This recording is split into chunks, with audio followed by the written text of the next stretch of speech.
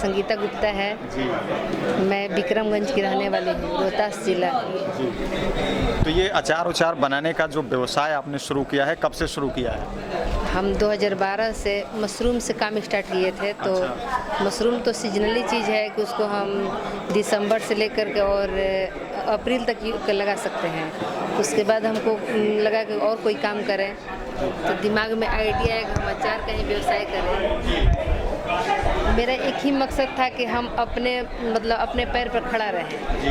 इसके लिए हम बहुत कोशिश किए, बहुत जैसे हम टीचर में फॉर्म भरे तो 1-2 नंबर के लिए छट गए, नहीं आया। तब सोचे कि मेरा एज भी 40 साल से पार हो गया था, सोचे होगा नहीं होगा तो चलिए अपना ही। तो फसल क्रांति को मेरा नमस्कार। मेरा नाम है अभिषेक जानी। मैं फेयर ट्रेड इंडिया का CEO हूँ। मेरा काम है यहाँ पर किसानों के लिए एक फेयर ट्रेड मार्केट बनाना, ये हमारी संस्था का मकसद है।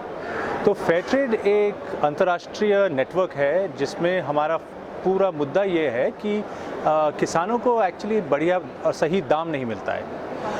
किसान सबसे ज़्यादा रिस्क लेता है। आज की दुनिया में लोग क्लाइमेट चेंज की बात कर रहे हैं, दाम भी ऊपर नीचे बढ़ाव चढ़ाव बहुत हो रहा है और इस सब में छोटा किसान खास तौर पे पिसा जा रहा है। तो फेयर ट्रेड एक अंतर्राष्ट्रीय नेटवर्क है नॉट फॉर प्रॉफिट ऑर्गेनाइजेशन का, जो किसानों के हित के लिए काम करता है। हमारा काम ऐसे होता है कि हम किसानों को एक समिति, एक FPO या सोसाइटी बनाते हैं और फिर वो किसान हमारे साथ जुड़ के बेहतर प्रैक्टिसेस का फॉलो करते हैं और उसके बदले में एक सर्टिफिकेशन भी होता है जिसे हम चेक करते हैं कि वो बेहतर प्रैक्टिसेस हो रहे हैं और उसके बदले में फिर हम उनको मार्केट से लिंक करते हैं जो उनको एक बेहतर दाम देता है। तो दाम ऐसा मिलना चाहिए कि किसान की कम से कम पूरी खर्चा का कवरिंग हो और उसके ऊपर उनको एक छोटा सा प्रीमियम मिलना चाहिए वो समिति को, जिससे वो अपने इन्वेस्टमेंट कर सके। तो ये हमारा मकसद है कि हम किसानों को मार्केट से जोड़ें जिसमें उनको बेहतर मार्केट मिले। अंतर्राष्ट्रीय स्तर पे फेयर ट्रेड काफ़ी जाना पहचाना संस्था है। तो यूरोप में जहाँ पे ये शुरू हुआ है वहाँ पर काफ़ी अच्छे स्तर पे US जर्मनी में फेयर ट्रेड के नाम का मार्केट बना हुआ है और अब हम इंडिया में भी ये मार्केट बनाने की कोशिश कर रहे हैं। इंडिया में हम अभी कुछ 80,000 किसानों के साथ काम कर रहे हैं। केरला में, उड़ीसा में, मध्य प्रदेश में, तेलंगाना में हम लोग किसानों के साथ काम कर रहे हैं। गुजरात में भी हमारा काम हो रहा है और फिर हम टी प्लांटेशंस में वर्कर्स के साथ भी काम कर रहे हैं ताकि उनके लिए भी जीविका थोड़ी बढ़ सके। तो ये हमारा काम अभी भारत में है। मेरी संस्था फेयर ट्रेड इंडिया और सेंटर फॉर सोशल मार्केट्स, हम लोग जो मार्केट डेवलप कर रहे हैं वो भारत के अंदर भी कोशिश कर रहे हैं। तो अभी हाल में ही हमारा एक बहुत बढ़िया कोलैबोरेशन हुआ है एक जूस कंपनी पेपर बोट के नाम से, आपने शायद जाना हो। पेपर बोट ने अभी एक चिक्की निकाली है, चिक्की प्रोडक्ट निकाली है जिस पर उन्होंने फेयर ट्रेड बनाया है और उसमें उन्होंने गुजरात के अपने जो पीनट मूंगफली के जो किसान हैं उनको वो प्रीमियम दे रहे हैं, उनसे बेहतर दाम पर वो मूंगफली खरीद रहे हैं एक बड़े स्तर पर।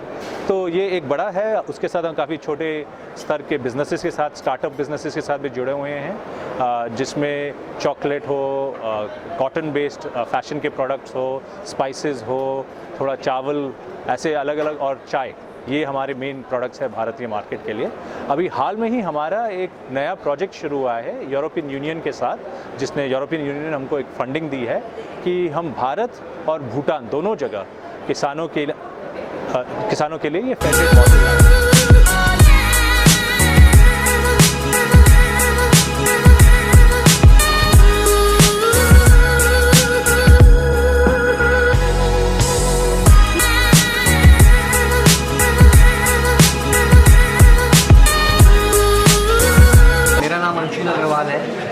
और मैं Brijwasi plastic private limited dry fruit Chhattisgarh में हमारी फैक्ट्री को रिप्रेजेंट करता हूँ। मैं इस ऑर्गेनाइजेशन में सेल्स हेड की पोजीशन पे हूँ और हमारा ये प्रोडक्ट सबसे पहले तो जनता के लिए ही ये सरकार के नियमों को अनुकूल रखते हुए, जनता के हित को अनुकूल रखते हुए हम इसमें नॉन प्रॉफिट पे काम कर रहे हैं। बस इसकी कीमत ज़्यादा होने का वजह यही है कि अभी इसका जो रॉ मटेरियल है हमें पूरा चाइना से या बाहर से इम्पोर्ट करना पड़ रहा है।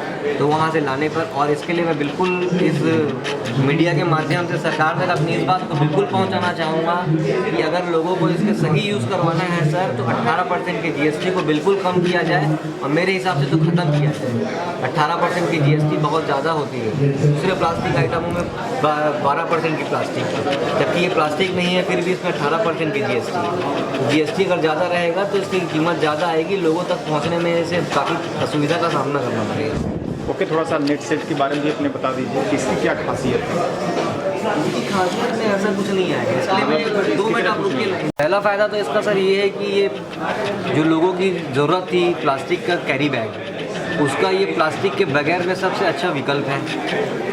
सरकार के जो नियम है उसके अनुकूल है, वातावरण के लिए भी अनुकूल है, ये पूरी तरह से इको फ्रेंडली है। लगभग हवा और पानी के नमी में संपर्क में आने के बाद लगभग 120 दिनों में ऑटोमेटिक कंपोस्ट हो जाते हैं। इसको कंपोस्ट करने के लिए किसी भी बायो या केमिकल की ज़रूरत नहीं पड़ती है। इसको हम मतलब मल्टीपर्पज़ यूज़ में यूज़ कर सकते हैं इस प्रोडक्ट को, चाहे वो कैरी बैग हो, चाहे वो पैकिंग मटेरियल हो, चाहे आने वाले वक्त में चिप्स और हल्दीराम के जो पैकेट्स आते हैं इन सब के पैकेट्स के अल्टरनेट में भी हम यूज़ कर सकते हैं, क्योंकि वो भी प्लास्टिक है। प्लास्टिक जो है 200 साल तक नहीं गलता है, और ये 120 दिन में जो है हवा पानी में बन जाता है। ये बेसिकली जो है कॉर्न स्टार्च मक्के के दाने से बना हुआ है। अच्छा। अगर इसको ऐसे के ऐसे कोई पशु खा लेता है तो ये उसके पेट में खाने की तरह गल जाएगा, मतलब कोई नुकसान ही नहीं होगा? कोई नुकसान नहीं है।